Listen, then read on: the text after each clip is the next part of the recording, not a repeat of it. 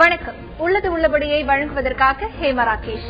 உலகெங்கும் உள்ள கிறிஸ்தவர்கள் மட்டுமின்றி அனைத்து மதத்தினரும் நம்பிக்கையுடன் வருகை தரும் புனித வழிபாட்டு தலங்களில் ஒன்றாகவும் சிறந்த சுற்றுலா தலமாகவும் வேளாங்கண்ணி உள்ளது. ஆனால் வேளாங்கண்ணி கடற்கரையில் எவ்வித பாதுகாப்பும் இல்லாததால் பல உயிரிழப்புகள் ஏற்பட்டு வருகின்றன. கடந்த மாதம் மட்டும் 60 பேர் கடலில் மூழ்கி பலியானதாக கூறப்படுகிறது. சுற்றுலா பயணிகள் குளிக்கும் போது ஆர்வ மிகுதியில் கடலுக்குள் மேலும் மேலும் இறங்கும் போது அலையில் சிக்கிக் கொள்கின்றனர். அவர்களை எச்சரிக்கை செய்ய ஆட்களும் அங்கு இல்லை. எச்சரிக்கையை வலியுறுத்தும் அறிவிப்பு பலகையும் இல்லை என்று கூறப்படுகிறது.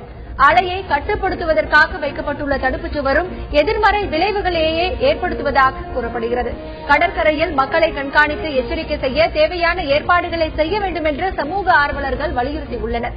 மேலும் இந்த வேளாங்கண்ணி கடற்கரையில் கடந்த மாதம் மட்டும் 60 பேர் உயிரிழந்திருக்கிறார்கள். கடல் அலையில் சிக்கிக் கொண்டு இதற்கு எந்த வகையில் கண்காணிப்பு பணிகள் இருக்க வேண்டும், அதே நேரத்தில் மக்களுக்கு போதுமான விழிப்புணர்வும் இதன் மீது இருக்க வேண்டும். அந்த பகுதியில் இருக்கக்கூடிய மக்கள் இந்த பிரச்சனை குறித்து என்ன கூறுகிறார்கள் என்பது பற்றிதான் இன்றைய உள்ளது உள்ளபடி நிகழ்ச்சியில் பார்க்க இருக்கிறோம். அதற்கு முன்னதாக இது பற்றிய ஒரு செய்தி தொகுப்பை பார்க்கலாம்.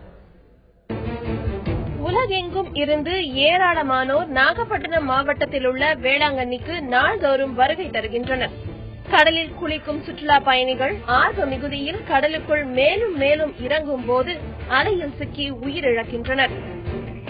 கடலில் குளிப்பவர்களை எச்சரிக்கை செய்ய தேவையான ஏற்பாடுகள் இல்லாததுதான் இதற்கு காரணமாக கூறப்படுகிறது.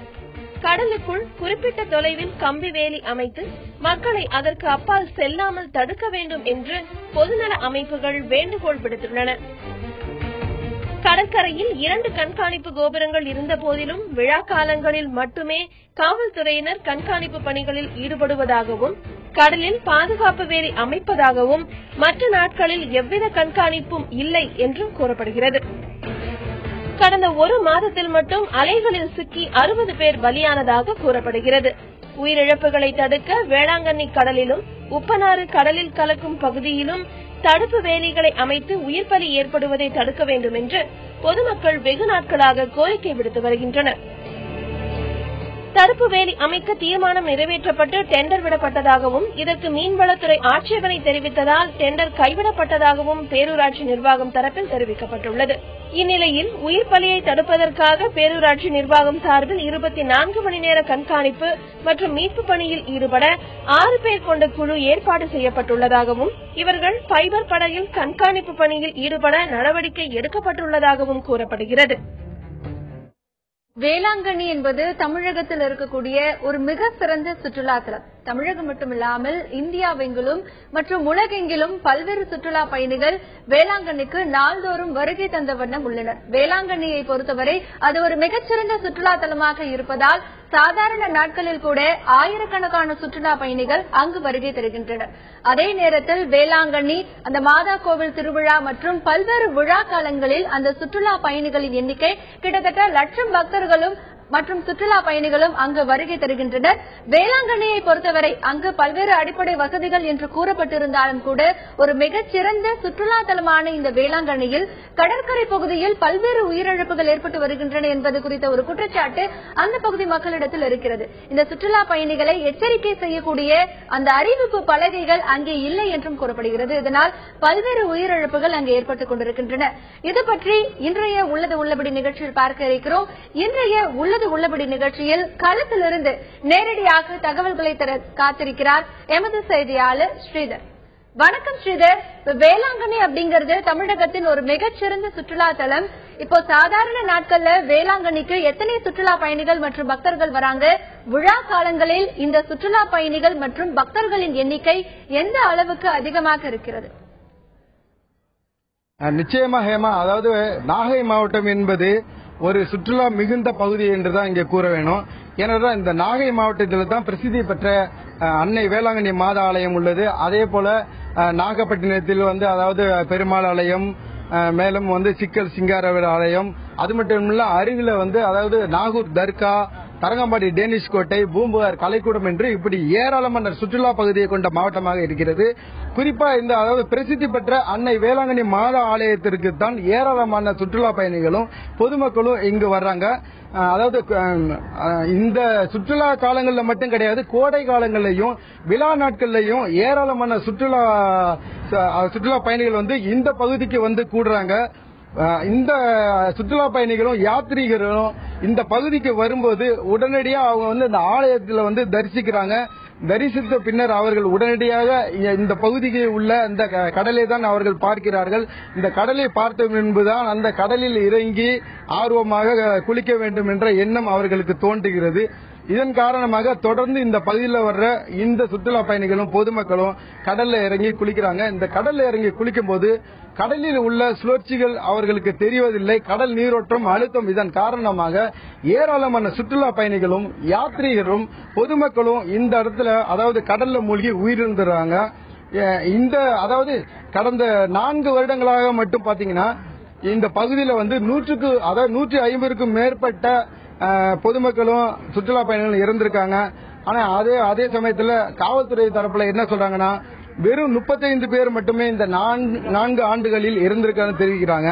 ஆனா இந்த அதாவது வேளாங்கண்ணி திருவிழா நாட்களில் லட்சக்கணக்கான மக்கள் இந்த பகுதிக்கு வர்றாங்க. அப்ப பாத்தீங்கன்னா அப்ப மட்டுமே இந்த பகுதி முழுவதும் கண்காணிப்பு பணியை வந்து காவல்துறையும் பேராலய நிர்வாகமும் அந்த பணியில ஈடுபடுறாங்க. அந்த டைம்ல பாத்தீங்கன்னா அதாவது ஆந்திரா, மும்பை, கேரளா, தமிழகத்தில் உள்ள பல்வேறு பகுதியிலிருந்து ஏராளமானோர் இங்க வர்றாங்க. ஆனா விழா காலங்களில் பாத்தீங்கன்னா காவல்துறையினர் இந்த கண்காணிப்பு பணியில ஈடுபடுறாங்க. அதாவது இங்க வர்ற அந்த சுற்றுலா பயணிகள் பொதுமக்களையும் கண்காணிப்பதற்கு ஆள் இல்லாத போக்கு தான் இங்கு காணப்படுகிறது. இது போன்ற சம்பவங்களை தான் இந்த பகுதி அதாவது இந்த பகுதி மக்களும் சமூக ஆர்வலரும் தெரிவிக்கிறாங்க. ஹேமா, தொடர்ந்து பேசலாம் ஸ்ரீதர். வேளாங்கண்ணி கடற்கரை பகுதியில் மட்டும் கடந்த மாதத்தில் வருகை தரும் சுற்றுலா பயணிகளுக்கு அந்த கடலின் ஆபத்தை பற்றியும் அந்த கடலில் ஏற்படக்கூடிய அந்த சுழற்சி பற்றியும் அந்த அபாயங்களை சொல்வது பற்றியும் அறிவிப்பு பலகை எங்குமே காணப்படாததால் சுற்றுலா பயணிகள் கடலில் குளிக்கும் போது உயிரிழந்து விடுகின்றனர். ஒரு வேதனையான செய்தி. வேளாங்கண்ணி மாதாவை தரிசிக்க வரும் பக்தர்கள் உயிரிழந்து போவது அந்த பகுதி மக்களிடையே ஒரு மிகப்பெரிய சோகத்தை ஏற்படுத்தியிருக்கிறது.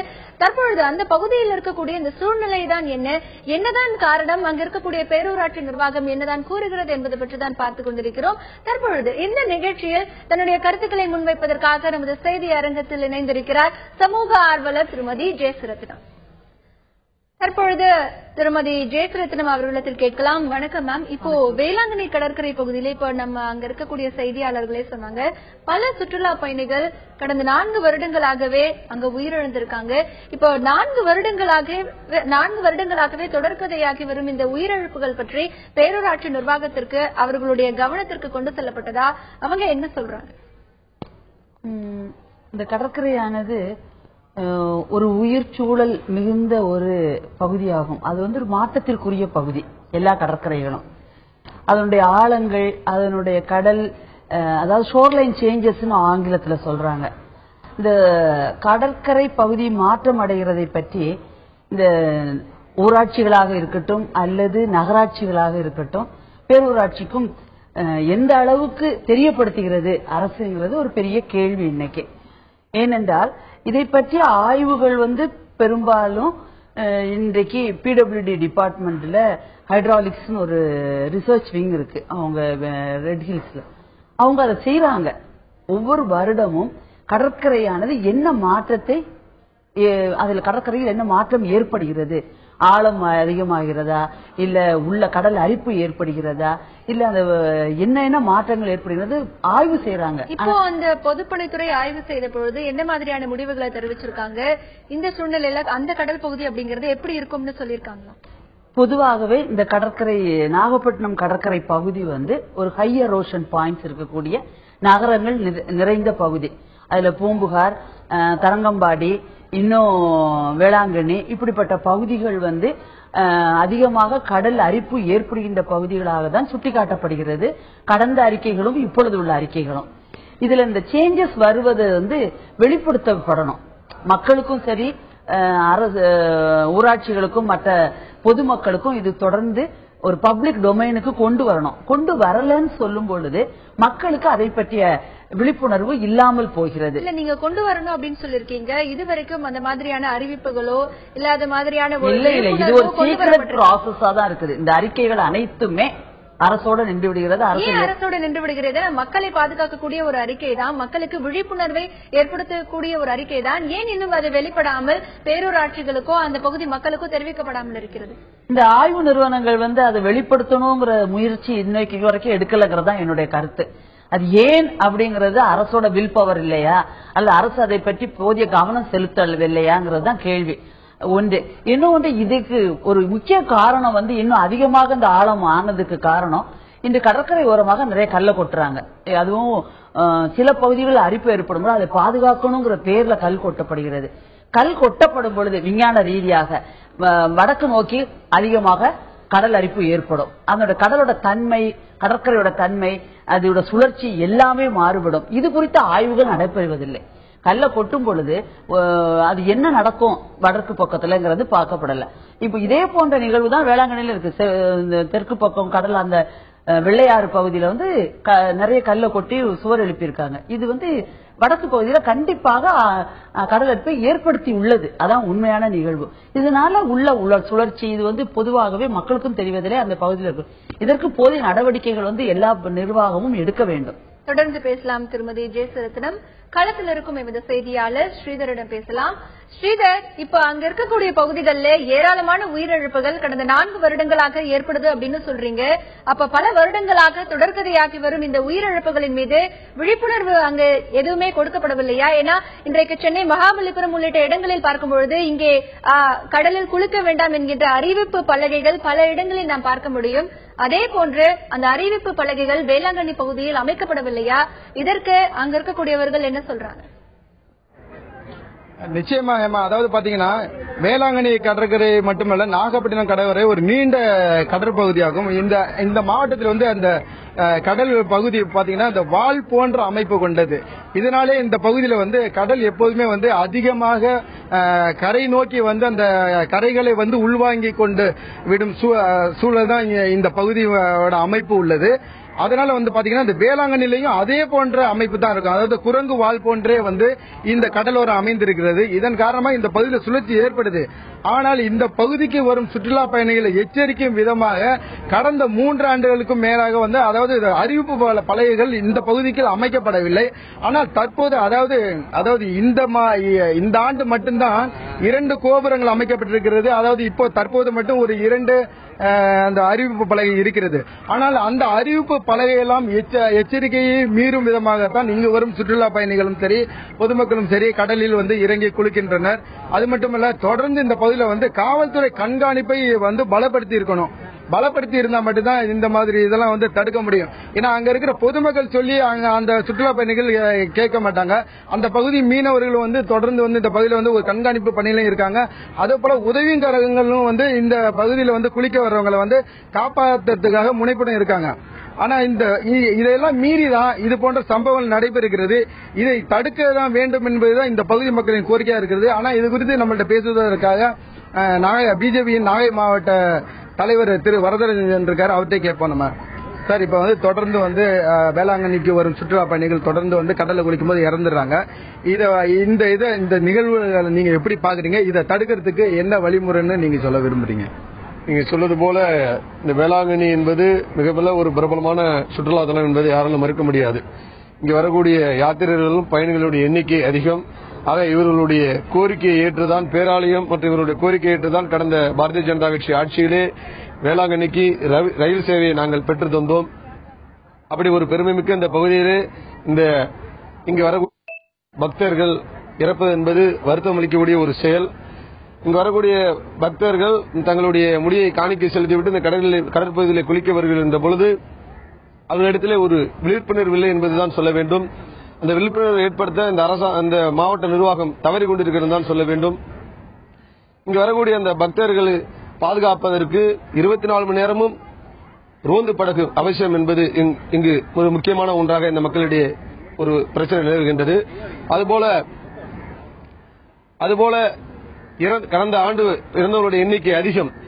அந்த இறந்தவர்களுடைய பெயரை ஒரு அறிவிப்பு பலையாக வைத்தோம் என்று சொன்னால் வரக்கூடியவர்களுக்கு ஒரு அச்சம், ஒரு விழிப்புணர்வு இருக்கும் என்பது கோரிக்கையாக நாங்கள் நினைக்கின்றோம். அது மட்டுமல்ல, இங்க இருக்கக்கூடிய உதவிக்கரங்கள் போன்ற அமைப்புகள் எல்லாம், தன்னார்வ நிறுவனங்கள் எல்லாம் இருக்கின்றன.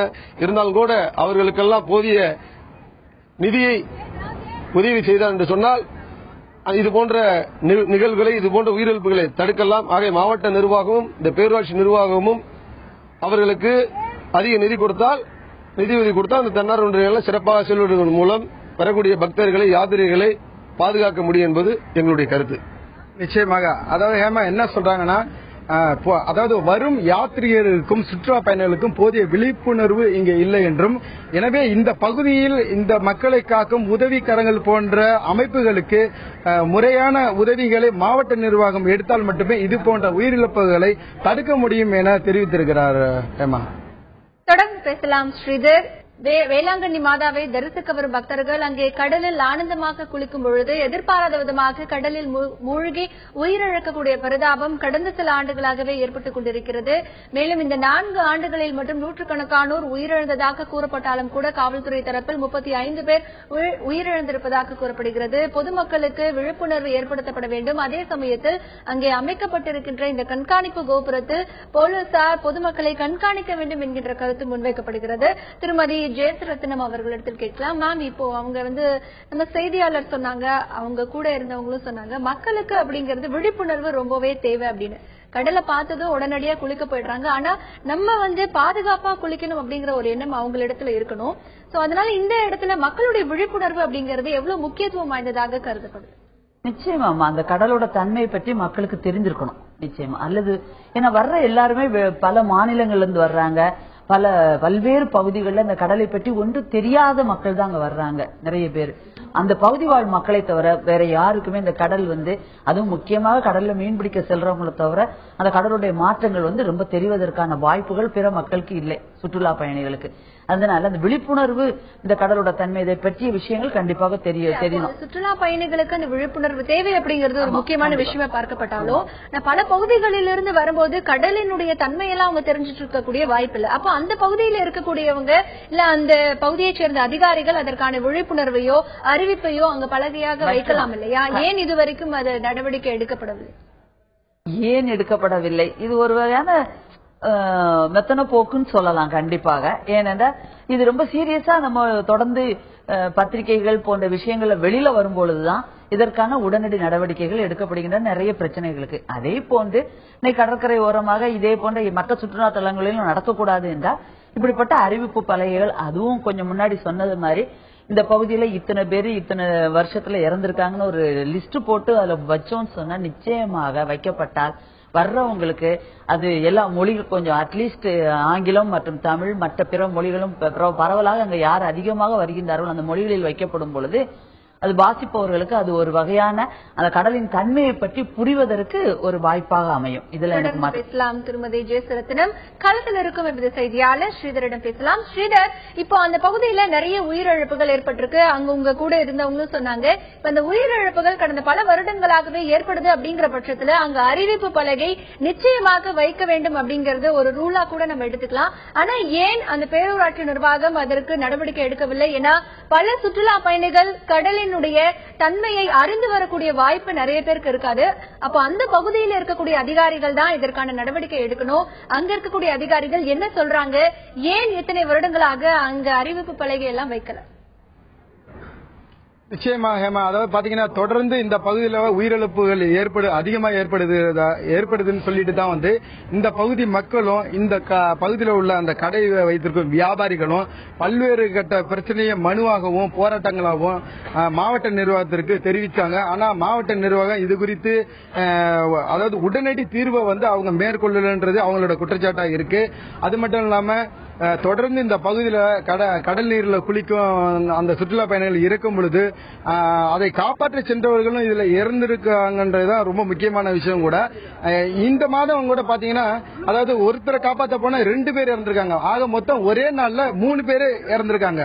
தொடர்ந்து இது போல வந்து இந்த ஒரு வாரம், அதாவது ஜனவரி மாதம் மட்டும் தொடர்ந்து வந்து அதாவது 11 பேர் மட்டும் அந்த மாதத்துல மட்டும் ஒரே வாரத்துல இறந்தாங்க. இதனால வந்து பாத்தீங்கன்னா தொடர்ந்து இந்த பகுதிக்கு வர்ற அந்த சுற்றுலா பயணிகளும் இந்த செய்தி அறிந்து அவங்க பெரிய அச்சத்துக்கு ஆளாகிறாங்க. ஆனா அந்த சுற்றுலா பயணிகளும் இந்த பகுதியில் வரும்போது என்ன அவங்க கூறுறாங்கன்னா, மாவட்ட நிர்வாகம் இதுக்கு வந்து முக்கியமா நடவடிக்கை எடுக்கணும், பேரூராட்சி நிர்வாகம் இணைந்து பேராலயமும் இணைந்து தான் இந்த மாதிரியான அந்த அதாவது இறப்புகளை வந்து தடுக்கணும்னு அவங்க வந்து கேட்டுட்டு இருக்காங்க. இதற்கு வந்து தொடர்ந்து வந்து அவங்க பல்வேறு கட்ட போராட்டங்களை நடத்தினாலும் மனுக்கள் அளித்தாலும் இதற்கு செவி சாய்க்கவில்லை என்பது அவர்களின் குற்றச்சாட்டா இருந்துகிட்டு தான் இருக்கு. இது குறித்து நம்ம வந்து அதாவது நம்மள்ட்ட வந்து சிஐடியு நாகை மாவட்ட செயலாளர் திரு சிவகுமார் இருக்கார், அவர்கிட்ட கேட்போம். அதாவது தொடர்ந்து வந்து சுற்றுலா பயணிகள் வந்து இந்த பகுதியில் இருக்கிறாங்க. மாவட்ட நிர்வாகத்துக்கிட்ட நீங்க எந்த மாதிரியான கோரிக்கையெல்லாம் முன்னெடுத்துட்டு போயிருக்கீங்க? இதை தடுக்க என்ன வழி நீங்க அரசுக்கு வச்சிருக்கீங்க, அது சொல்லுங்க. ஏற்கனவே சொன்னது மாதிரி வேளாங்கண்ணி என்பது மிகவும் பிரசித்தி பெற்ற வழிபாட்டு தலம் மட்டுமல்ல, ஒரு சுற்றுலா தலமாகவும் இருக்கிறது. இங்கே வந்து தொடர்ச்சியாக யாத்திரிகர்கள் வேளாங்கண்ணி மாதாவை தரிசித்துவிட்டு கடலிலே குளிக்கும் பொழுது இறக்கும் போக்கு என்பது தொடர்ந்து நடைபெற்றுக் கொண்டிருக்கிறது. இன்னும் சொல்ல போனால் கடந்த 4 ஆண்டுகளுக்குள் 150க்கும் மேற்பட்ட யாத்திரைகள் இங்கே இருந்திருக்கிறார்கள். ஆனால் அரசுக்குள் சொல்லக்கூடிய கணக்கு என்பது மிகவும் குறைவான 30-35 நபர்கள் மட்டும்தான் இறந்திருப்பதாக கணக்கு காட்டுகிறார்கள். இது ஏதோ இன்றைய நிகழ்வு மட்டுமல்ல, சுனாமியில் கூட இப்படி இறந்தவர்களுடைய எண்ணிக்கையை குறைத்து காட்டியதுதான் அரசு. எனவே அரசு தனக்கு தர்ம சங்கடம் ஏற்படுத்தக்கூடாது என்பதற்காகவே இப்படிப்பட்ட ஒரு இறப்பினை தவறான ஒரு தகவல்களை பொதுமக்களிடையே சொல்வதாகத்தான் நாங்கள் எடுத்து சொல்கிறோம். அதோடு மட்டுமல்லாமல் இத்தகைய நிகழ்வுகள் நிகழாமல் தடுக்க வேண்டும் என்று சொன்னால் அதற்கு பொதுமக்களிடையே விழிப்புணர்வு ஏற்படுத்தப்பட வேண்டும் என்பது அவசியம் என்றாலும் கூட அத்தகைய விழிப்புணர்வை ஏற்படுத்தக்கூடிய செயலை மாவட்ட நிர்வாகமும் காவல்துறையும் இணைந்து செயல்பட வேண்டும். அவர்கள்தான் அதை பொதுமக்களுக்கு விழிப்புணர்வு எடுத்துச் சொல்ல வேண்டும். ஆனால் 1-2 அறிவிப்பு பலகைகளோடு இன்றைய தினம் இந்த மாவட்ட நிர்வாகம் செயலாற்றுவதை முடக்கி இருக்கிறது என்றுதான் நாங்கள் குற்றம் சொல்கிறோம். ஏனென்று சொன்னால் எத்தனையோ முறை இத்தகைய யாத்திரிகளுடைய உயிரிழப்பு சம்பந்தமாக மாவட்ட நிர்வாகத்திற்கும் காவல்துறைக்கும் நாங்கள் புகார் அளித்தும் கூட பொதுமக்கள் தங்களுடைய குறைகளை மனுவாக எழுதி கொடுத்தும் கூட மாவட்ட நிர்வாகம் இதிலே கவனம் செலுத்தவில்லை. அது மட்டுமல்லாமல் நாள்தோறும் ஆயிரக்கணக்கான யாத்திரிகர்கள் மாதாவை தரிசிக்க வரும் இந்த சூழ்நிலையிலே இதன் மூலமாக கோடிக்கணக்கான வருவாயை பெற்றுக் கொண்டிருக்கின்ற பேராலய நிர்வாகமும் இதிலே கவனம் செலுத்தி வருகின்ற பக்தர்களை பாதுகாக்கக்கூடிய செயலிலே இறங்க வேண்டும் என்று சிஐடி சார்பாக நாங்கள் வலியுறுத்துவதோடு இதற்காக தொடர்ச்சியான பல்வேறு இயக்கங்களை நடத்தியும் கூட மாவட்ட நிர்வாகமும் தமிழக அரசும் இதிலே கவனம் செலுத்தவில்லை. இத்தகைய போக்கு எதிர்காலத்திலே நிகழா வண்ணம் உடனடியாக அரசு இதிலே கவனம் செலுத்த வேண்டும் என்பதை தெரிவித்துக் கொள்கிறோம். நிச்சயமாக, அதாவது குறிப்பா வந்து பேராளர் நிர்வாகமும் மாவட்ட நிர்வாகம் இணைந்து செயலாற்றினால் மட்டுமே இந்த இறப்புகளை தடுக்க முடியும் சொல்லியிருக்காரு. அதே போல மேலும் வந்து இந்த பகுதியில் இருக்கிற அதாவது சமூக ஆர்வலர் அப்பு இருக்காரு, அவர்கிட்ட கேட்போம். இந்த பகுதியில் நடக்கும் இந்த சம்பவங்களை எல்லாம் தடுக்கிறதுக்காக நீங்க முன்முயற்சிகளை மேற்கொண்டிருக்கீங்களா, அதை பத்தி சொல்லுங்க. வேளாங்கண்ணி பேராலயம் உலக புகழ்பெற்ற பேராலயம். இங்க தினந்தோறும் ஆயிரக்கணக்கான மக்கள் வந்து செல்றாங்க. அவ்வாறு வர்றவங்க வந்து வேளாங்கண்ணி பேராலயத்தால கழிவறைகள் குளியறைகள் கட்டியிருந்தாலும் கடல்ல குளிக்கிறதையே புனிதம்னு கருதுறாங்க. அவ்வாறு குளிக்க வரவங்க கடல்ல உள்ள ஆழத்தின் காரணமாகவும் சுழற்சியின் காரணமாகவும் கடல்ல போயிடுறாங்க. அவ்வாறு கடல்ல போறவங்க இறந்துடுறாங்க. இறந்த உடனே அவங்க ஊர்ல இருந்து வந்தவங்களே பதிவு கொடுத்துறாங்க. அதுக்கப்புறம் அந்த உடலை கைப்பற்றிட்டு போறதுக்கான சூழ்நிலையும் இல்லாம தவிக்கிறாங்க. அது இறந்தவங்க உடலை கைப்பற்றிட்டு போறதுக்கு ஒரு பெங்களூர்ல உள்ளவங்க இறந்தாங்கன்னா 25,000-30,000 கேட்கறாங்க. அவங்களுக்கு இலவச ஊர்தி இல்ல. அந்த பணம் இல்லாம அவங்க சுற்றுலா பயணிகள் 1000-2000 கொண்டு வந்திருப்பாங்க. அவங்க 25,000-30,000 எங்க போவாங்க? இங்க உள்ள கடைவாசிகள்கிட்ட பிச்சை எடுக்கிற சூழ்நிலையில அவங்க இறங்குறாங்க. 2000, 3000, 100, 200 கொடுங்க, நாங்க ஊருக்கு அழைச்சிட்டு போனோம். அதெல்லாம் பார்த்தா எங்களுக்கு ரொம்ப வருத்தமா இருக்கு. இந்த கடந்த ஒரு வருடத்துல மட்டும் 150 பேர் இறந்திருக்காங்க. குறிப்பா சொல்லணும்னா இந்த ஜனவரி மாதத்துல, இந்த ஆண்டின் தொடக்கத்துல ஜனவரி மாதத்துல ஒரு 25க்கும் மேற்பட்ட இறந்திருக்காங்க. ஜனவரி 27ஆம் தேதி 2 பேர் இருந்தாங்க. அந்த 2 பேர்ல ஒருத்தர் பெங்களூரை சேர்ந்த ராஜாங்கிறவரு. அவர் வந்து நாங்கெல்லாம் பார்த்தோம். செத்த பிறகு பார்த்தா அந்த குடும்பத்தை பார்த்தோன்னா எங்களுக்கு என்ன சொல்றதுன்னே தெரியல. அவ்வளவு பெரிய எங்களுக்கே எங்க குடும்பத்தில் உள்ள இழந்த போல ஒரு சூழ்நிலை ஆயிட்டு. சரி, ஏதாவது நடவடிக்கை எடுக்கணும்னு நாங்க போய் ஃபர்ஸ்ட் அதிபரை பார்த்தோம், ஏதாவது உதவி பண்ணுங்க அப்படின்னு பார்த்தோம். அவங்க சொன்னாங்க, இதெல்லாம் நாங்க ஒன்றும் செய்ய முடியாது, மாவட்ட நிர்வாகம் தான் செய்யணும்னு சொன்னாங்க. சரி, எங்களால் முடிஞ்ச உதவி பண்ணுவோம் அப்படின்னு சொல்லிட்டு நாங்க எல்லாம் பார்த்து அனுப்பிவிட்டுட்டு அதோட நாங்க நிறுத்தல. சரி, இதுவரையும் போன உயிர் போனா போயிட்டு போகுது, இனிமேல் ஒரு உயிரும் அங்க இருந்து போக கூடாது அப்படிங்கறதுல உடனே நாங்க எல்லாத்துக்கும் மனு கொடுத்தோம். மாவட்ட நிர்வாகத்துக்கு கலெக்டருக்கு மனு கொடுத்தோம், எஸ்பிக்கு மனு கொடுத்தோம், வேளாங்கண்ணி பேரூராட்சிக்கு மனு கொடுத்தோம். இன்னொரு முறை ஒரு உயிர் பலியானாலும் நான் சார்ந்திருக்கின்ற நாம் தமிழர் கட்சி சார்பாக இந்த வேளாங்கண்ணி பிரச்சனை தமிழ்நாடு பிரச்சனையாக மாற்றக்கூடிய செயலாக மிகப்பெரிய போராட்டத்தை இந்த மக்கள் மத்தியில் ஒரு கவனம் ஏற்படுகின்ற அளவுக்கு ஒரு மிகப்பெரிய போராட்டத்தை ஏற்படுத்தும் என்று வலியுறுத்தி 3 பேருக்கும் கடிதம் அனுப்பினோம். அதுல இருந்து இதுவரையும் ஒரு விபத்தும் இல்லாம இருக்கு. கோயில் தரப்புல 10 செக்யூரிட்டியை போட்டுக்கன்னு சொல்லியிருக்காங்க. இன்னும் அங்க மாவட்ட நிர்வாகம் இன்னும் துரிதமா நடவடிக்கை எடுத்து ஒரு உயிரோட போகாம பார்க்கணும். அது மட்டும் இல்லாம இந்த தொண்டு அமைப்பு இங்க சிறப்பா செயல்பட்டு இருக்கு. ஹெல்பிங் ஹேண்ட்ஸ்ங்கிற அமைப்பு, அதுக்கு மாவட்ட நிர்வாகமும் பேராலய நிர்வாகமும் சிறப்பான ஒத்துழைப்பு கொடுக்கணும். அவங்களுக்கு தேவையான படகுகள் உபகரணங்கள் எல்லாத்தையும் கொடுக்கணும். அவங்களுக்கு மாதம் ஒரு 10 பேர் வேலை பார்க்கறாங்கன்னா அவங்களுக்கு ஒரு குறிப்பிட்ட நிதியை ஒரு ஆளுக்கு ஒரு குடும்பம் நடத்தணும்னா ஒரு 5000 ரூபாய் குறைந்தபட்சம் தேவைப்படும். அவங்களுக்கு ஒரு ஆளுக்கு ஒரு 3000 குறைந்தபட்சம் கொடுத்து மாசம் ஒரு 10 பேருக்கு ஒரு 30,000 ரூபாய் பணமாவது கொடுத்து அவங்களுக்கு இன்னும் மேல சிறப்படைய செய்யணும்னு சொல்லி இந்த நிகழ்ச்சி மூலமா கேட்கிறேன். நிச்சயமா அதாவது ஹேமா என்ன சொல்றாங்கன்னா, அதாவது தொடர்ந்து இறக்கும் நபர்களை கண்டது தங்களுக்கு அந்த செயல் வேதனை அளிப்பதாக தெரிவித்திருக்கும் அவர்கள் இதற்கு உடனடியாக இங்கு இருக்கும் அதாவது உதவும் கரங்களுக்கு நேர உதவிகளையும் நிதியையும் அளிக்க மாவட்ட நிர்வாகம் முயற்சி மேற்கொள்ள வேண்டும் என தெரிவித்திருக்கார் ஹேமா. தொடர்ந்து பேசலாம் ஸ்ரீதர். வேளாங்கண்ணி கடற்கரை பகுதியில் உயிரிழப்பவர்களின் எண்ணிக்கை கடந்த சில ஆண்டுகளாகவே அதிகரித்து காணப்படுகிறது. அங்கே இந்த கடல் பகுதி மிகவும் ஆபத்தான பகுதி என்று அறிவிக்கக்கூடிய அறிவிப்பு பலகைகள் எதுவும் இல்லை. அதே போல இது புவியியல் சார்ந்த பிரச்சனையாகவும் பார்க்கப்படுகிறது. அங்கே கடல் சீற்றம், கடல் அலை போன்று மிக அதிகமான ஒரு பிரச்சனைகள் இருப்பதால் அங்கு உயிரிழப்புகள் இன்னும் அதிகமாகிக் கொண்டே சென்றிருக்கிறது. மேலும் இது பற்றி கூடுதல் விவரங்களை தெரிந்து கொள்வதற்காக தொலைபேசி வாயிலாக காத்திருக்கிறார் கடல் சார்ந்த வரலாற்று ஆய்வாளர் திரு ஒடிசா பாலு. அவரிடத்தில் கூடுதல் விவரங்களை கேட்கலாம். வணக்கம் திரு ஒடிசா பாலு. நீங்க பல்வேறு வரலாற்று ஆய்வுகளை மேற்கொண்டு இருக்கீங்க. வேளாங்கண்ணி பகுதியை பொறுத்த வரைக்கும் அந்த பகுதி அப்படிங்கிறது புவியியல் சார்ந்து என்ன மாதிரியான பிரச்சனைகளை உள்ளடக்கிய கடல் பகுதி அப்படிங்கறத சொல்லுங்க. பொதுவா பாத்தீங்கன்னா அந்தமான் இந்தோனேஷியால வேண்டிக்கிட்டு தேங்காய் விட்டாங்கன்னா வேளாங்கண்ணி கடற்கரைக்கு வந்துடும். இது கடல் நீரோட்டம் தொடர்பானது. இந்த கடல் நீரோட்டம் தான் தென்கிழக்கு ஆசியாவுக்கு நாகப்பட்டினம், வேளாங்கண்ணி போன்ற கடற்கரையிலிருந்து அந்த காலத்துல கப்பல்ல எல்லா வெளிநாடுகளுக்கு போயிட்டு வந்தாங்க. இப்போ சுனாமிக்கு அப்புறம் அந்த இந்தோனேஷியா பகுதியில் இருக்கக்கூடிய எரிமலை, அப்புறம் நிலநடுக்கம், அது இல்லாம நம்ம கடற்கரையில மனிதர்களால் ஏற்படப்பட்ட சில நடவடிக்கை, துறைமுகம் அமைக்கிறது, சுற்றுச்சூழலை அமைக்கிறது, இது போன்ற நிகழ்வுகள் கடற்கரையை மாற்றுகிறது. இதுதான் முக்கிய காரணம். இப்ப இந்த கடல் நீரோட்டத்தை புரிஞ்சுக்கணும். ஏன்னா இதை ஒரு பேரிடர்ல நீரோட்டத்தால ஏற்படுற இழப்பை நம்ம பேரிடர்ல ஒரு இழப்பா கொண்டு வந்து இதை பத்தி நீரோட்டங்களை ஆய்வு பண்ணி கடற்கரையில அறிவிப்பு பலகை வச்சு அங்க குளிக்க போறவங்களுக்கு அந்த ரப்பர் வலைகளை கொடுத்தாதான் இந்த இழப்புகளை குறைக்க முடியும். இப்போ கடந்த பல வருடங்களாகவே இறப்பு விகிதங்கள் அதிகமா தான் இருக்கு. அறிவிப்பு பலகை ஒரு பக்கம் இல்ல அப்படிங்கறது ஒரு குறையாக பார்க்கப்பட்டாலும் மக்களுக்கு தேவையான விழிப்புணர்வு வேணும் அப்படின்னு சொல்றாங்க. இப்ப மக்கள் இடத்துல எந்த மாதிரியான விழிப்புணர்வு வேணும்னு நினைக்கிறீங்க? இல்ல, இன்னைக்கு அரசுலயே பிடபிள்யூல பப்ளிக் ஒர்க்ஸ் டிபார்ட்மெண்ட்ல கோஸ்டல் ப்ராசஸ் டிபார்ட்மெண்ட்லயே ஒண்ணு இருக்குங்க. அது இப்ப முழுமையா செயல்படல. அது ஒரு முக்கிய காரணம்.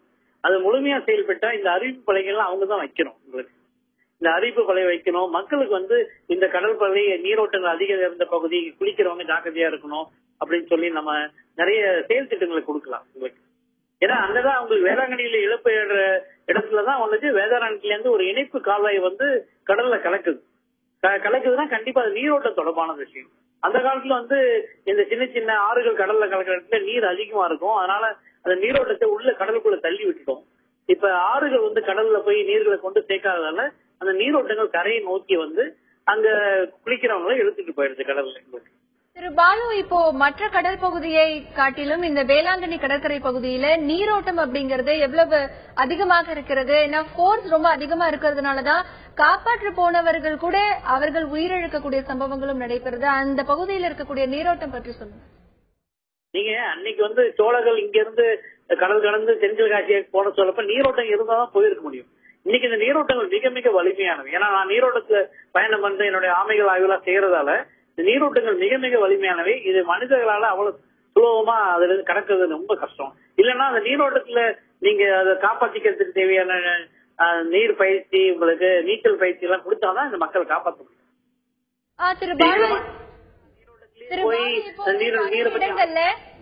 இப்ப பல இடங்கள்ல போட்லாம் நிறைய நம்ம உருவாக்கிட்டு இருக்கோம். இதனால அந்த கடல்ல ஏற்படக்கூடிய இந்த நீரோட்டங்கள்ல நிறைய மாற்றங்கள் ஏற்படுதா? இந்த சுனாமிக்கு பிறகு அந்த கடல்ல பல்வேறு இடங்கள்ல நீரோட்டம் மாறி இருக்கு அப்படின்னு சொல்றாங்க. இதுவும் ஒரு காரணமாக இருக்குமா?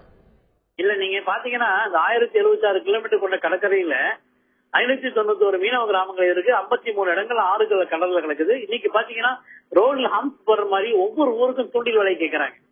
அரசும் அவங்க கேட்கிற தூண்டில் விலையை எந்த ஆய்வும் பண்ணாம தூண்டில் விலை கொடுக்குறாங்க. இது செயற்கை மாற்றங்கள், கடற்கரையில ஏற்பட்ட செயற்கை துறைமுகங்கள், மீன்பிடி துறைமுகங்கள், அந்த மாதிரி செயற்கை மாற்றங்கள் வர்றதால கடல் நீரோட்டங்கள் மனிதனால பேச முடியும், இயற்கையால பேச முடியாது, ஆனா செயல்ல காமிக்கும். இதுதான் இன்னைக்கு நடக்கிறது. இயற்கைக்கும் மனிதனுக்கும் நடக்கிற போராட்டத்துல என்னைக்குமே இயற்கை தான் ஜெயிக்கும், மனிதன் தோத்து போவான். உங்களுடைய கருத்தை பதிவு செய்ததற்கு நன்றி திரு பாலு. திருமதி ஜெயசுரத்னம் அவர்களிடத்தில் கேட்கலாம். மேம், இப்ப சார் சொன்னாரு மனிதனால் ஏற்படுத்தக்கூடிய அந்த செயற்கை துறைமுகங்களால இந்த நீரோட்டத்தில் மாற்றம் ஏற்படக்கூடிய வாய்ப்புகள் அதிகமாகவே இருக்கு அப்படின்னு சொல்றாங்க. இந்த கருத்தை நீங்க எப்படி பாக்குறீங்க? நம்மளுடைய இந்த அளவுக்கு அதிகமான ஒரு விரிவுபடுத்தப்பட இருக்கிற இந்த துறைமுகங்கள் இதெல்லாமே இந்த நீரோட்டத்திற்கு காரணமாக இருக்க முடியும். அது மட்டுமல்ல, சார் சொல்றதை நான் முற்றிலுமாக ஒத்துக்கொள்கிறேன். சார் கூட நான் நிறைய வேலை செஞ்சிருக்கேன். அவங்களுடைய ஆய்வுகளை பத்தி எனக்கு தெரியும். ஒன்று இந்த அவங்க சொல்ற மாதிரி இயற்கைக்கும் மனிதனுக்கும் நிறைய போராட்டம் நடக்குது. மனிதன் இயற்கையை வென்றுவிடலாம் என்று நம்புகின்றான். அது முடியவே முடியாது, இயற்கை தான் வெல்லும். அது ஒன்று. ஆனா மனிதன் செய்கின்ற ஒவ்வொரு செயல்பாட்டுக்கும் இயற்கை திருப்பி அடிக்குது. அதுதான் இந்த கடல் ஆழமாகிறது, சில பகுதிகளில் கடல் ஆமா இது எல்லாமே அதனால ஏற்கின்ற சுழற்சி எல்லாமே. இது வெறுமனே போர்ட் மட்டும் அதுக்கு காரணம் அல்ல. இது கடற்கரை ஓரமாக அந்த ஆற்றை பொறுத்தளவு வெள்ளையாறுல இது கட்டியிருக்கிற சுவர் 6 முகத்துவாரம் ஆழப்படுத்தப்படணும். எங்கேயுமே மணல் சேர்ந்து அடைக்கும் பொழுது 6 முகத்தாரங்கள் ஆழப்படுத்தப்பட வேண்டும். அந்த மண் வடக்கு பக்கமாக எங்கே அரிப்பு ஏற்படுகின்றதோ அங்கே கொட்டப்பட வேண்டும். இதற்கான திட்டங்கள் அரசு வகுக்க வேண்டும். இன்னும் அதற்கு மாறாக மக்கள் கேட்கின்றார்கள் என்பதற்காக கடற்கரை ஓரமாக சுவர் எழுப்புவது இன்னும் கடல் அரிப்பை அதிகமாகத்தான், இன்னும் சாவுகளை தான் எண்ணிக்கையை தான் இது தடுப்பு அப்படின்னு நினைச்சிட்டு அரசு போதிய ஆய்வு இல்லாமல் 1000 கிலோமீட்டருக்கு நாங்க சுவர் எழுப்ப போறோம் திட்டம் போடுறாங்க. கடற்கரையிலிருந்து மக்களை, கடல் சீற்றத்திலிருந்து மக்களை பாதுகாக்கிறது எந்த வகையிலும் மக்களை பாதுகாக்க போவதில்லை. இன்னும் அதிகமாக இழப்புகளை தான் கல்களில் மோதி மக்களுக்கு ஏற்படுத்த போடுகிறது. கடற்கரை மாற்றங்களும் அதிகமாகும், அதன் மூலமாக ஆழங்கள் அதிகமாகும். மக்களுக்கு அதை பற்றிய அறிவும் போதிய விழிப்புணர்வு இல்லாமல் இன்னும் சாவுகளின் எண்ணிக்கை தான் அதிகமாகும். அதனால இயற்கையை வென்று விட்டு மனிதன் வாழ முடியாது, இயற்கையோடு இயந்து வாழ வேண்டும். அதற்காக அரசு செய்யணும்னு நினைச்சா இதை தடுப்பதற்கு ஒன்று கடற்கரை ஓரமாக பயோஷீல்டு உருவாக்கணும். இன்னும் ஆழப்படுத்துகின்ற பகுதிகளில் உள்ள மணல்களை எடுத்து இந்த பக்கம் எங்கே அரிப்பு ஏற்படும் அந்த பகுதிகளில் கொட்டணும். இதற்கு போதிய நிதி ஒதுக்கீடும் செய்ய வேண்டும் அரசு. அதற்கான திட்டங்களும் ஆய்வுகளும் மேற்கொள்ளவில்லை என்றால் இன்னும் இப்படிப்பட்ட நிகழ்வுகள் ஒவ்வொரு சுற்றுலா தலங்களிலும் ஏற்படும். இன்று வேளாங்கண்ணி, நாளை பூம்புகார், இப்படி ஒவ்வொன்றா நம்ம கணக்கில் எடுத்துக்கொள்ளலாம். எங்கெல்லாம் அரசு தனது அறிவியல் பூர்வமற்ற சில திட்டங்களை நிறைவேற்றுவதால் கல்ல கொட்டலாம், சுவரை எழுப்பலாம் அப்படின்னு நினைக்கிறதுனால வரக்கூடிய விளைவுகள் இதெல்லாம். தொடர்ந்து பேசலாம் திருமதி ஜெயசுரத்னம். வேளாங்கண்ணி கடற்கரை பகுதியில் கடல் சீற்றம், கடல் அலையின் வேகம் அதிகமாக காணப்படுவதால் கடந்த பல ஆண்டுகளாகவே அங்கு வரக்கூடிய சுற்றுலா பயணிகள் கடலில் இறங்கி குளிக்கும் போது உயிரிழப்புகள் ஏற்படுகின்றது. ஒருவர் கடல் அலையில் சிக்கிக் கொள்ளும் பொழுது அவர்களை காப்பாற்ற சென்றவர்களும் கூட உயிரிழந்த ஒரு பரிதாபம் அங்கே நிகழ்ந்து கொண்டிருக்கிறது. இதற்கு அந்த பேரூராட்சி நிர்வாகம் ஒரு மிகச்சிறந்த நடவடிக்கை எடுக்க வேண்டும் என்கின்ற கருத்து முன்வைக்கப்படுகிறது. அதே நேரத்தில் மக்களிடையே எந்த ஒரு கடலில் இறங்கி குளிப்பதாக இருந்தாலும் அதற்கான விழிப்புணர்வு அவர்களிடம் இருக்க வேண்டும் என்கின்ற கருத்து முன்வைக்கப்படுகிறது. மேலும் தற்பொழுது வேளாங்கண்ணி கடற்கரை பகுதி பற்றி களத்தில் இருக்கும் எமது செய்தியாளர் ஸ்ரீதரிடம் கேட்கலாம். ஸ்ரீதர், இப்போ அங்க இருக்கக்கூடிய பகுதி மக்கள் கிட்ட கேளுங்க. ஏற்கனவே பேரூராட்சி சார்பில் டெண்டர் விடப்பட்டதா சொல்லப்படுது. டெண்டர் எப்போது விடப்பட்டது, அந்த டெண்டர் மீதான என்ன மாதிரியான ஒரு செயல்பாடுகள் இப்ப அங்க இருக்கு? நிச்சயமாக, அதாவது பாத்தீங்கன்னா இந்த வேளாங்கண்ணி கடற்கரை பகுதியில் பாத்தீங்கன்னா அதாவது இந்த ஆலயம் அந்த கடல் அரிப்பால மிகவும் பாதிக்கப்பட்டுச்சு.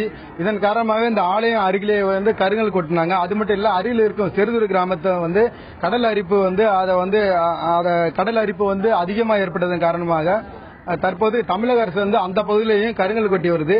இதன் காரணமாக ஒரு பகுதியில் இந்த கருங்கல் கொட்டியதால் தற்போது வேளாங்கண்ணி கடற்கரை பகுதியில் சுழற்சி ஏற்பட்டுதான் இந்த உயிரிழப்பு சம்பவங்கள்லாம் ஏற்படுது.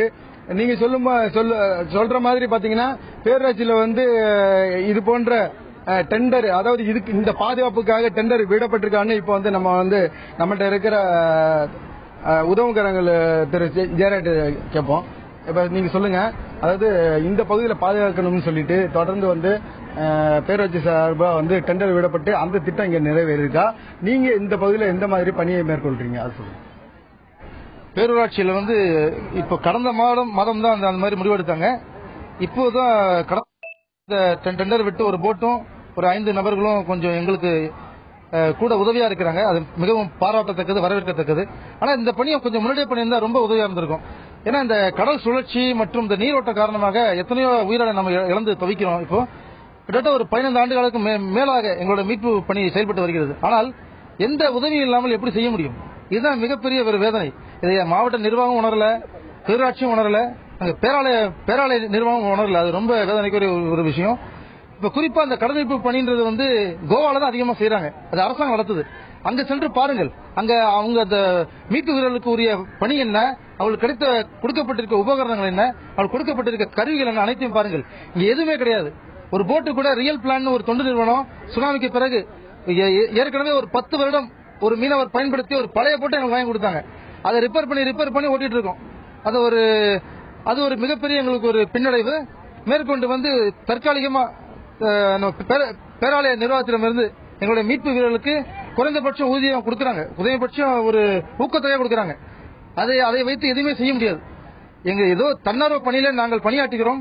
மேலும் வந்து இப்ப கடந்த வருடம் இந்த வருடம் எல்லாம் இவ்வளவு உயிரிழப்பு ஏற்பட்டு சொல்றாங்க. இந்த மீட்பு குழு இல்லைன்னா அந்த எண்ணிக்கை இன்னும் அதிகமா இருந்திருக்கும். தடுக்க வாய்ப்பே இல்லை. கடந்த மாதம் கிட்டத்தட்ட ஒரு 10-15 உயிர்கள் இங்க கடலில் மூழ்கி இறந்திருக்கிறார்கள். ஆனால் காப்பாற்றப்பட்டவர்கள் 100 பேருக்கு மேல். எந்த உபகரணம் இல்லாமல் காப்பாற்றப்பட்டவர்கள் 100 பேருக்கு மேல்.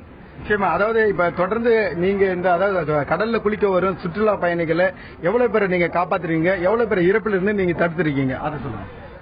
கடந்த வருடம் மட்டும் உதவிகரங்கள் சார்பாக எங்களுடைய மீட்பு பணி இங்கே கிட்டத்தட்ட ஒரு 170 பேரை கடலிருந்து மூழ்கியவர்களை காப்பாற்றி இருக்கிறோம். இங்கு உள்ள மீனவர்கள் உதவியுடன்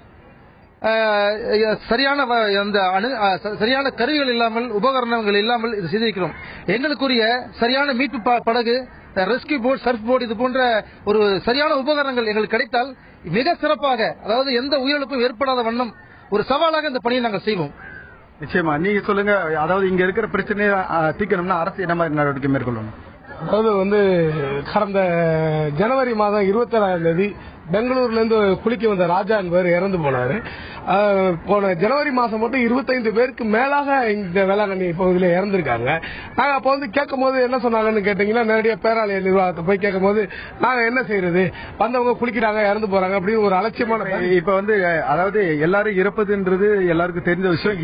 இதை தீர்க்க அரசு என்ன நடவடிக்கை எடுக்கணும்னு எதிர்பார்க்கறீங்க அதை சொல்லுங்க. அதாவது அது வந்து எப்படி நடவடிக்கை எடுத்து உங்களை தடுக்கலாம்னா, ஒரு குறைந்தபட்சம் அங்க வந்து ஒரு பாதுகாப்பு வேலியை ஒரு 60 மீட்டருக்கு அந்தாண்ட ஒரு பாதுகாப்பு வேலியை வரிசை அமைச்சு ஒரு குறிப்பிட்ட அளவுக்குள்ள இதுலதான் மக்கள் குளிக்கணும் அப்படின்ற ஒரு இதை எடுத்து தீர்மானமா எடுத்து அதை நம்ம தீர்வு பண்ணி அதை போடணும்.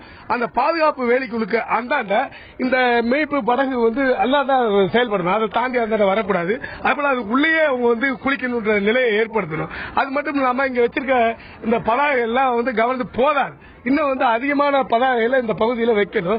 வச்சுட்டு எப்போதுமே இப்ப கூட பாருங்க, நிறைய பேர் குளிக்கிறாங்க, யாரும் வந்து அந்த பகுதியில வந்து அதாவது பாதுகாப்புக்குன்னு எதுவுமே இல்லாமலே இருக்கு. நிறைய பேர் பார்த்தா அந்த ஆழத்தை தாண்டி அந்த குளிச்சிட்டு இருக்காங்க. ஆனா அவங்களுக்கு எந்த ஒரு பாதுகாப்பு நிலை இல்லாம தான் இருக்கு. அது அப்படின்னா என்ன செய்யணும்னா, இன்னும் வந்து அந்த உதவுக்காரர்கள் கேட்டுக்கொண்ட மாதிரி அவங்களுக்கு இன்னும் படகுகளை வந்து அதிகமா வாங்கி தரணும். ஒத்த படகு வச்சுக்கிட்டு அதுல 5 பேர் 2 பேர் அதே நேரத்தில் ஆழத்துல போய் மாட்டிக்கிட்டா என்ன செய்யறது? ஒத்த படகு வச்சுக்கிட்டு அதனால குறைந்தபட்சம் ஒரு 5 படகாட்சி அவங்களுக்கு வழங்கி, குறைந்தபட்சம் அவங்களுக்கு ஒரு 30 பேராட்சி வழங்கி அந்த பாதுகாப்பு வேலையை உடனடியா அமைச்சிட இந்த பேராலய நிர்வாகமும் மாவட்ட நிர்வாகமும் உடனடியா நடவடிக்கை எடுக்கணும் கேட்டுக்கிறோம். நிச்சயமா. அதாவது ஹேமா, அதாவது குளிக்க வரும் சுற்றுலா பயணிகளின் உயிர்களை காப்பாற்ற வேண்டும் என்றால் உடனடியாக இந்த பகுதிக்கு ரெஸ்கியூ போட் வேணும். அதே சமயத்தில் ஏராளமான ஆட்களை நியமிக்க வேண்டும் தெரிவிச்சிருக்காங்க. அது மட்டும் இல்லாம கடலில் இருந்து தூரத்தில் சென்று அலைகளுக்குள் சிக்காமல் இருப்பதற்கு கடலிலிருந்து சுமார் 60 மீட்டர் தூரத்திற்கு தடுப்பு, அதாவது வேலிகளை அமைக்க வேண்டும் என்பது இங்குள்ள சமூக ஆர்வலர்கள் மற்றும் பொதுமக்களின் கோரிக்கையாக இருக்கிறது. ஹேமா. தொடர்ந்து பேசலாம். ஸ்ரீதர், திருமதி ராஜரத்னம், நீங்க ஏற்கனவே சொன்னீங்க கடல் பகுதியில இல்ல கடற்கரை பகுதியில எதுவுமே துறைமுகங்களோ இல்ல தடுப்பு சுவரோ அமைக்கும் பொழுது இந்த மாதிரியான ஒரு விளைவுகள் ஏற்படும் சொன்னீங்க. ஆனா அங்க இருக்கக்கூடியவங்க சொல்றாங்க 60 மீட்டர் தூரத்தில் தடுப்பு வேலியை அமைக்கணும்னு சொல்றாங்க. இப்போ இது எப்படி இதுக்கான சாத்தியக்கூறுகள், இது இந்த பிரச்சனைக்கு ஒரு தீர்வாக இருக்குமா? வேலி அப்படின்னு அமைக்கிறது ஒரு நிரந்தர தீர்வா இருக்காது. ஏன்னா கடலோட தன்மையை பொறுத்து அந்த வேலியும் அதை அடிச்சுட்டு போயிடும். ஒரு கடலுக்குள்ளால ஒரு வேலி அமைப்பது, ஒரு இயற்கையான ஒரு சீற்றம் நிறைந்த ஒரு கடலுக்கு வேலி அமைப்பது, தடுத்து நிறுத்துவதுங்கிறது முடியாத ஒரு விஷயம். என்ன அவங்க அடுத்ததாக வைத்த கோரிக்கை நியாயமான கோரிக்கையாகப்படுகிறது. ரெஸ்கியூ போட்ஸ் அதிகமா, அதுக்கு தேவையான நிதி, அதுக்கு தேவையான ஆள்பலம், ஹியூமன் ரிசோர்ஸும் பைனான்ஸ் ரிசோர்ஸும் அவங்க பேசுறாங்க. நிதியும் இதுவும் அது கண்டிப்பாக தேவை. அதற்கான வகையில அந்த நகராட்சி, அந்த பேரூராட்சி பலப்படுத்தப்பட வேண்டும். அதுக்கான நிதி ஒதுக்கீடு இருக்கணும். அரசும் ரெஸ்கியூ போட்டோட செயல்பாடுகள் எப்படி இருக்கு? இப்ப எத்தனை வீரர்கள் இருக்காங்க? என்ன மாதிரியான செயல்பாடுகள் அவங்க ஈடுபடுறாங்க? அது ரொம்ப குறைந்த நபர்கள் தான். அவங்க தன்னார்வலராக தான் நிறைய செய்யறாங்க. இங்க மட்டும் அந்த உதவுங்கரங்க அமைப்பு பூம்புகார், சில பல கிராமங்களில் இதே போல செஞ்சிட்டு இருக்காங்க. எனக்கு தெரிந்த அளவுல அவங்க மிக குறைந்த அளவுல தான் நபர்கள் இருக்கிறார்கள். ஆனா அவங்களுக்கு இருக்கக்கூடிய தன்னார்வத்தினால நிதியை திரட்டி செய்கிறார்கள். இது அப்படி இல்லாம அவங்கள அரசு அங்கீகரித்து, அரசு நிர்வாகம், மாவட்ட நிர்வாகம் அங்கீகரித்து இருக்கின்ற பேராலயத்தோட இணைந்து அவங்களுடைய நிதியும் பெற்று தந்து சேர்ந்து செஞ்சா இது நிச்சயமாக இந்த இறப்போட எண்ணிக்கையை விழிப்புணர்வு ஏற்படுத்தி குறைக்கலாம். ரெஸ்கியூ அவங்க பாதுகாப்பு பணிகளில் ஈடுபட்டும் குறைக்கலாம். மற்றபடி நம்ம பேசுற மாதிரி நம்ம என் கருத்தை ஒரிசா பாலசுப்ரமணியம் சாரும் ஒத்துக்குவாங்க.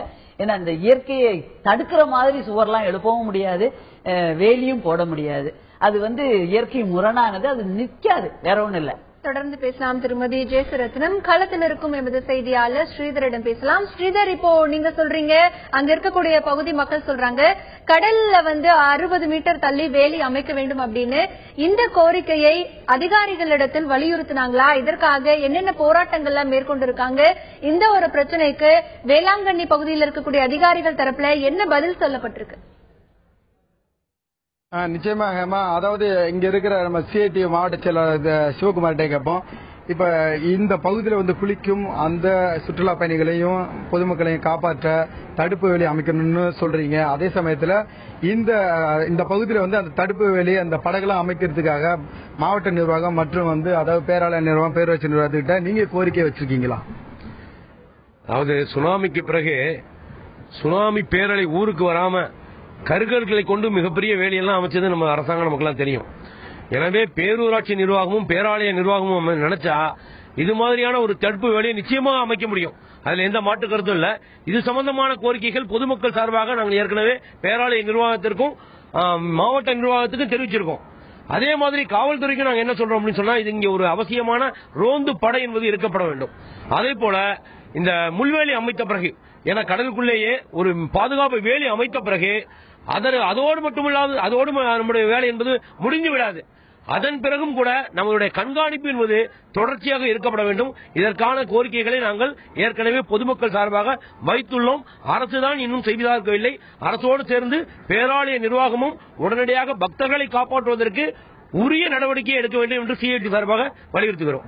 நிச்சயமா. மேலும் ஒரு மீனவர் இருக்காரு, அவர் எப்படி இங்க உள்ளவங்களை அதாவது இந்த சூழல்ல சிக்கிறவங்களை எப்படி காப்பாத்துறன்னு கேட்போம். மணிகண்டன், நீங்க சொல்லுங்க, நீங்க இந்த பகுதியில எத்தனை பேரை காப்பாத்துறீங்க, அதெல்லாம் எப்படி காப்பாத்துறீங்க சொல்லுங்க. எங்களுக்கு சரியான ஒரு படகு இல்லாதனால நாங்க சின்ன ஒரு துண்டு மரத்துண்டு எடுத்துட்டு தான் நாங்க போய் காப்பாற்ற முடியுது. அதுலயும் 4-5 பேர் மாட்டிட்டு இருக்க சிக்கட்டான சூழ்நிலை ஒருத்தரதை மட்டும் தான் தூக்க முடியும். ஆயுத பூஜைக்கு மறுநாள் ஒரு 2 பேர் போய் மாட்டிட்டாங்க. அதுல நான் ஒருத்தனை தூக்க முடிஞ்சு, அந்தாண்ட பார்த்தா இன்னொருத்த பையன் வந்தான். அந்த பையன் இறந்து போயிட்டாப்ல. அது எங்களுக்கு சரியான ஒரு படகுங்கிறது ஒண்ணு இல்லாம இருக்கு. ஒரு படகு தான் இருக்கு. அதுல ஒரு 4-5 பேர் மாட்டிக்கிட்டாங்கன்னா நாங்க என்ன பண்ண முடியும் சொல்லுங்க. போன வருஷம் மட்டுமே நாங்க 2 பேருமே சாவ வேண்டியது. முடிஞ்ச அளவுக்கு எங்க பசங்க, எங்க கேமராக்காரங்க தான் எங்க 2 பேருக்கு இன்னொருத்தவங்க போய் தூக்க போன நேரத்துல நாங்க சாவ பார்த்துட்டோம். எங்க கேமராக்காரங்க எங்க பசங்க தான் எங்களை காப்பாத்தினாங்க. அதுலயும் போன மாசம் கேட்டீங்கன்னா 27 பேர் இறந்துட்டாங்க. அதுல 80 பேர் ஒரு வாரத்துல மட்டும் 80 பேர் காப்பாற்றப்பட்டிருக்காங்க. இதுக்கு நீங்க தான் சொல்லுங்க. நிச்சயமா ஹேமா, அதாவது என்ன சொல்றாங்கன்னா, அதாவது தொடர்ந்து இந்த பகுதியில் வேலி அமைக்க வேண்டும் என்ற மனுவை மாவட்ட நிர்வாகம் மற்றும் பேரூராட்சி பேராலயத்திற்கு பொதுமக்களும் சமூக ஆர்வலர்களும் கோரிக்கையாக வைத்திருக்கிறார்கள். அதே சமயத்தில் இங்குள்ள மீனவர்களும் இந்த பகுதியில் குளிக்க வரும் சுற்றுலா பயணிகளை ஏராளமான பேரை காப்பாற்றி வருகிறதாக அவர்கள் தெரிவித்திருக்கிறார்கள். தொடர்ந்து பேசலாம் ஸ்ரீதர். திருமதி ஜெயசுரத்னம், இப்ப அங்க இருக்கக்கூடிய மீனவர்கள் எல்லாம் சொல்றாங்க, ஏன்னா அவங்களே காப்பாற்ற போகும் பொழுது ஒரு மிகப்பெரிய சிரமத்திற்கு ஆளாகிறாங்க. இப்போ பல வருடங்களாக நீடித்து வரும் இந்த பிரச்சனைக்கு உடனடியாக என்ன மாதிரியான தீர்வை மேற்கொள்ளலாம், இதற்கு அதிகாரிகள் என்ன நடவடிக்கை எடுக்கணும்னு சொல்றீங்க? ஒன்று, அவங்க வச்சிருக்க வேண்டுகோள் படி, கோரிக்கைப்படி போதிய நிதியும் ஆழ்பலமும் கொடுத்து அதுக்கான ரெஸ்கியூ போட்ஸ், ரோந்து படகுகள் இதை கொடுக்கும் பொழுது அவங்க உடனடியாக சென்று செய்ய முடியும். ஏன்னா அங்க இருக்க பகுதிகளில் ஏற்கனவே இருக்கு இந்த செயல்பட்டு உதவுங்கரங்கள்லாம் அதை செஞ்சுட்டு இருக்காங்க. அவங்களுக்கு அதுக்கான திறன் இருக்கின்றது, ஸ்கில்ஸ் இருக்கு. ஆனா அதற்கான உபகரணங்களும் அதற்கான நிதியும் தான் இல்லை. இதை செஞ்சா உடனடியாக இந்த தடுப்புகளின் எண்ணிக்கையை இன்னும் குறைக்கலாம், இல்லாமல் கூட ஆக்கலாம். இந்த தடுப்பு சுவரை அல்லது அந்த வேலையை பொறுத்தளவு ஒரு ஆய்வு தேவை. நிக்குமா நிக்காதா, இதற்கு முன்னதாக ஆய்வுகள் ஏதாவது மேற்கொள்ளப்பட்டிருக்கா? இல்ல வேறு ஏதாவது நிறைய ஆய்வுகள் என்ன சொல்லுதுன்னா, செயற்கையாக கடலுக்குள்ளால எதை எழுப்பினாலும் அதற்கு வடக்கு பகுதியில் அரிப்புகள் ஏற்படும். சுவர் எழுப்பினாலும் சரி, கல்ல கொட்டினாலும் சரி, வடக்கு பகுதியில் சாண்டோட மூவ்மெண்ட் தெற்கிலிருந்து வடக்கு தான். ஒரு வருஷத்துக்கு 6 லட்சம் cubic metre of sand million ton நகர்கின்றது. அப்ப நகர்ந்து செல்லும் பொழுது வடக்கே இருந்து தெற்கே 1 லட்சம் தான் திருப்பி வருது. அந்த கடல் ஆத்து வழியாக அது அடையும் பொழுது அந்த மணல் இந்த பக்கம் நிரப்பிட்டே இருக்கும். நம்ம செயற்கையாக உன்னை கொண்டு உள்ள தள்ளும் பொழுது அது தடுபடுது இந்த மணல் மூவ்மெண்ட். அதனாலதான் இந்த பக்கம் இருக்க மண்ணை அதை அரிச்சிட்டு போறது வடக்கு பக்கமாக இருக்கின்ற மணல். அதனாலதான் கடல் அரிப்பு ஏற்படுது, சுழற்சி ஏற்படுகிறது, கடலுடைய தன்மையே மாறுகிறது அந்த பகுதியில. அதற்கு போதிய ஆய்வுகள் வேணும், இருக்குது. ஆனா அது அரசு ஏற்றுக்கொள்ளணும் ஏற்கின்ற ஆய்வுகளை. அதற்கான போதிய ஆய்வுகளை செஞ்சு என்ன செஞ்சா நிற்கும், அது தடுத்து நிறுத்த முடியும். இயற்கையோடு இயைந்து செய்வதாதான் சொன்னேன். பயோஷீல்டு உருவாக்குவது, இந்த மணல்களை எடுத்து இந்த கடல் அரிப்பு பகுதிகளில் கொட்டுவது போன்ற இதற்கு நிதி ஒதுக்கீடு அதிகமாக வேண்டும். கடல் ஆற்றுகளை ஆழப்படுத்தலாம். ஆழப்படுத்துகின்ற பகுதிகளிலிருந்து மணலை எடுத்து வடக்கு பகுதியில் எங்கே கடல் அரிப்பு இருக்கிறது அங்கே கொட்ட வேண்டும். இப்படிப்பட்ட விஷயங்களை செஞ்சோம்னு சொன்னா நிச்சயமாக கடலை பாதுகாக்கலாம். இந்த சூடு மாற்றத்தை நம்ம கண்காணிக்கலாம். ஆய்வுகளும் மேற்கொண்டு பலகைகள் வைக்கலாம், வைத்து மக்களை பாதுகாக்க. எந்த மாதிரியான விழிப்புணர்வு வேணும்னு சொல்றீங்க? இந்த பகுதியில இப்படி இருக்குது, கடல் மாற்றம் ஏற்படுகிறது பற்றிய போதிய விழிப்புணர்வு பலகைகள் வேணும். ஒன்று என்ன அது தொடர்ந்து பிரச்சாரம் செய்யலாம். மைக் வழியாக அல்லது பேரூராட்சி நினைச்சா, பேராலயம் நினைத்தால் இப்படி இந்த பகுதி கடல் சுழற்சி நிறைந்த பகுதியா இருக்கும். அது குறிப்பிட்ட பகுதிகளில் நீங்க செல்லக்கூடாது, சென்றால் அதற்கான ஆபத்து எந்த பகுதிங்கிறத அனௌன்ஸ்மெண்ட்ஸ் அது வழியாக செய்யலாம். பலகைகள் சொல்றது போல பலகைகள் வைக்கலாம். இன்னும் இந்த உதவுகரங்கள் போன்ற அமைப்புகள் அந்த பகுதியிலே இருக்கிறதுனால இன்னும் சில திருநாடகங்களோ மற்ற விஷயங்களோ கடற்கரை ஓரமாக கூட நிறைய கேம்ஸ் எல்லாம் இருக்குது, நடத்துறாங்க திருவிழா டைம்ல. சில விஷயங்கள் இதை குறித்து கூட அங்க நடத்துறதுக்கு ஒரு ஸ்டால் வைக்கலாம். இப்படிப்பட்ட விஷயங்கள்லாம் செய்யும் பொழுது மக்களுக்கு சென்றடையும் இந்த கருத்துக்கள். நிச்சயமாக களத்தில் இருக்கும் எமது செய்தியாளரிடம் இறுதியாக கேள்வியை கேட்கலாம். ஸ்ரீதர், இப்ப அங்க இருக்கக்கூடிய மக்கள் கிட்ட கேளுங்க, உடனடியா இந்த பிரச்சனைக்கு தீர்வு காணணும் அப்படின்னா அந்த பகுதி அதிகாரிகள் என்ன விதமான நடவடிக்கை எடுக்க வேண்டும், அவங்க கிட்ட சுருக்கமா கேளுங்க.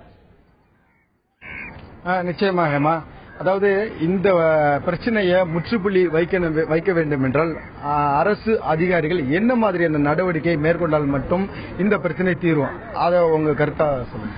அரசு அதிகாரிகள் உடனடியாக எடுக்க வேண்டிய நடவடிக்கை என்னன்னா, பேரூராட்சி நிர்வாகத்தையும் கலந்துக்கிட்டு பேராலய நிர்வாகத்தையும் கலந்துக்கிட்டு உடனடியா அதுக்கு செய்யக்கூடிய வேலை, அந்த பாதுகாப்பு வேலையை அமைச்சு அந்த லைஃப் போட்டுகளை அதை உடனடியா தயார் பண்ணி அந்த லைஃப் போட்டுக்குள்ள அந்த லைஃப் ஜாக்கெட்டு அவங்களுக்கு தேவையான உபகரணங்கள் நம்ம தோழர் குறிப்பிட்டது போல கோவாவில் எப்படியாப்பட்ட ஒரு பாதுகாப்பு அங்க இருக்கோ அதே மாதிரி பாதுகாப்பு இந்த வேளாங்கண்ணி கடற்கரை பகுதிக்கு வேணும். அதுக்கு உண்டான அனைத்தையும் பேராலய நிர்வாகம் அரசோட கலந்து உடனடியா அதை செய்யறதுக்கு ஏற்பாடு செய்யணும். இல்லன்னா போன மாசம் மட்டுமே 25 பேர் இறந்திருக்காங்க. இந்த மாசம் அந்த மாதிரி எண்ணிக்கைகள் வரக்கூடாது. இனி ஒரு இறப்பு இங்க ஏற்படுச்சுன்னா கண்டிப்பா நாம் தமிழர் கட்சி அதை பெரிய அளவு பெரிய போராட்டமா எடுத்து செல்லுன்றதை தெரிவிச்சுக்கிறேன். நிச்சயமாக. அதாவது கோவாவில் உள்ளது போல தொடர்ந்து அந்த ரெஸ்கியூ போட்டு, அந்த லைஃப் ஜாக்கெட் மற்றும் இந்த பகுதியில் கண்காணிப்பு ஆட்களை நியமிக்க வேண்டும். இதற்கு பேராலயமும் மாவட்ட நிர்வாகமும் பேரூராட்சியும் இணைந்து செயல்பட வேண்டும் என்பதுதான் இங்குள்ள மக்களின் கோரிக்கையாக இருக்கிறது. ஹேமா, உங்க தகவல்களுக்கு நன்றி ஸ்ரீதர். தமிழகத்தின் மிகச்சிறந்த சுற்றுலா தலமாக விளங்கும் வேளாங்கண்ணியில் கடந்த சில ஆண்டுகளாகவே கடற்கரைக்கு வரும் சுற்றுலா பயணிகள் மற்றும் பக்தர்கள் கடலில் இறங்கி குளிக்கும் போது உயிரிழப்பது தொடர்கதையாகி வருகிறது. கடந்த மாதம் மட்டும் 20க்கும் மேற்பட்ட சுற்றுலா பயணிகள் அங்கு உயிரிழந்திருக்கின்றனர். மேலும் இந்த கடலில் குளிப்பது பற்றிய அபாயங்களை விவரிக்கக்கூடிய அறிவிப்பு பலகைகள் அங்கே எங்கும் வைக்கப்படவில்லை. அதேபோல காவல்துறையினரின் ரோந்து பணிகளும் சிறப்பாக செயல்படவில்லை. கண்காணிப்பு கோபுரம் இருந்தும் கூட விழா காலங்களில் மட்டுமே அது பயன்படுத்தப்படுகிறது என்கின்ற குற்றச்சாட்டு எழுகிறது. அதே நேரத்தில் இந்த கடற்கரை ஓரம் நிகழும் விபத்துகளை தடுக்க கடற்கரை பகுதியிலிருந்து 60 மீட்டர் தூரத்திற்கு தடுப்பு வேலி அமைக்கப்பட வேண்டும் என்கின்ற கோரிக்கையும் முன்வைக்கப்படுகிறது. அதே நேரத்தில் தற்பொழுது அங்கே செயல்பட்டு வரும் ரெஸ்கியூ போட்களின் எண்ணிக்கை அதிகரித்து காணப்பட வேண்டும். அதே நேரத்தில் கோவாவில் தற்பொழுது செயல்படுத்தப்பட்டு வரும் திட்டத்தை போல இங்கேயும் அந்த பாதுகாப்பு உபகரண கருவிகள் அனைத்தும் அந்த ரெஸ்கியூ போட் வைத்திருக்கும் குழுவினருக்கு வழங்கப்பட வேண்டும். இதனால் இந்த ஒரு பிரச்சனைக்கு முற்றுப்புள்ளி வைக்கப்பட வேண்டும் என்கின்ற கோரிக்கையும் முன்வைக்கப்படுகிறது. இப்படி இந்த பிரச்சனைக்கு முற்றுப்புள்ளி வைக்கப்படும் பொழுது இந்த பேரூராட்சியும் மாவட்ட நிர்வாகமும் உடனடியாக நடவடிக்கை எடுக்க வேண்டும் என்கின்ற கோரிக்கையும் எழுகிறது. இந்த நிகழ்ச்சியில் பங்கேற்ற எமது களத்திலிருந்து பங்கேற்ற எமது செய்தியாளர் ஸ்ரீதருக்கும் செய்தி அரங்கில் பங்கேற்ற திருமதி ஜெயசுரத்னம் ஆகியோருக்கு நன்றி. மீண்டும் ஒரு உள்ளது உள்ளபடி நிகழ்ச்சியை சந்திக்கலாம். வணக்கம்.